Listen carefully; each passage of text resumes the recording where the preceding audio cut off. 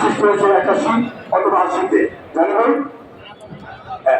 সেই থেকে অন্তর্বর্তী আপনারা অনেক পুরনো মানুষ ওখানে আছেন।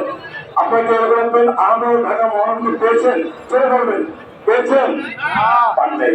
এখন আমরা তো ঢাকা মহানগর ব্যক্তিগত ভাগ্যবান যে এই ধরনের একজন সেলিব্রিটি, একজন প্রিয় ব্যক্তিত্ব, দেখেন তারেক রহমান সাহেব ওনাকে কেন বেশি দিয়েছেন? আপনাদেরকে বারবার আমাদের নেতৃবৃন্দ বলেন যে আপনারা ভালো করেন। উনি কিন্তু দেখেন উনি রাজনীতিতে কিন্তু আপনাদের অনেক পরে আসছে। উনি কিন্তু এই ক্রীড়া অঙ্গনের একজন উজ্জ্বল নক্ষত্র, একটা ডিসিপ্লিন লাইফ মেনটেন করে কিন্তু উনি ক্রীড়াতে আসছেন। তারেক রহমান সেই জন্য চিন্তা করলেন এই ধরনের একজন শৃঙ্খলাবদ্ধ মানুষকে যদি মহানগরকে দেওয়া যায়, মহানগর কি হবে? শৃঙ্খলাবদ্ধ হবে। কিন্তু ওনাকে দিচ্ছেন, এখন উনি কি করছেন?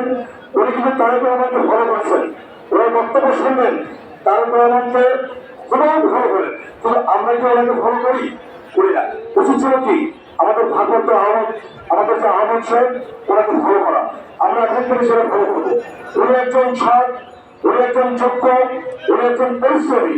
24 ঘন্টার মধ্যে আমি মনে করি উনি 18 ঘন্টা পরিশ্রম করে আমাদের ঢাকা মহানগর উত্তর বিএনপি সংগ্রামে আহমেদ, আমি তাকে কাছ থেকে দেখে আমি অনুপ্রাণিত হই। আমি নিজেকে উনি আমাকে বাংলাদেশে বলেন যে আচ্ছা ভাই আপনার ধৈর্য ধারণ করে কাজ করুন। এর ভর কিন্তু আমি পেয়েছি। কি পেয়েছি? আমি ঢাকা মহানগর বিএনপি যুগ্ম আহ্বায়ক এবং দপ্তরের দায়িত্ব পেয়েছি, কারণ আমি লোকসভার কোথায়। অতএব এ পর্যায়ে বক্তব্য নিয়ে আসছেন ঢাকা মহানগর উত্তর বিএনপির সংগ্রামী আহ্বায়ক, ঢাকা 26টি ট্রাইকে যিনি সুসংগঠিত করেছেন, ঢাকা মহানগর উত্তর বিএনপির 620টি ইউনিটকে যিনি সুসংগঠিত করেছেন, যিনি সর্বদা কর্মী বান্ধব কর্মীদেরকে নিয়ে যিনি কাজ করেন, উনি ঢাকা 16 আসনের মাত্র মানুষের নেতা, ঢাকা মহানগরকে যিনি সারা বাংলাদেশের একটি অনেক করেছেন, সেই জনমন্ডিত চমকুড়ে জননেতা চমক আমি বছর এখন আমাদের সামনে বক্তব্য রাখছেন। চলে আমি জনদেশে চলে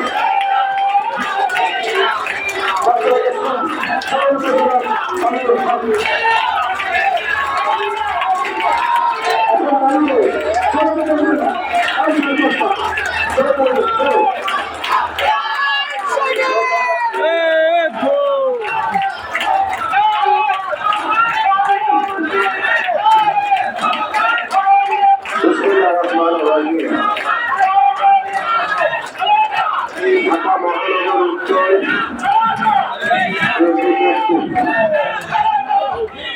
উত্তর পূর্ব জেলার আজকের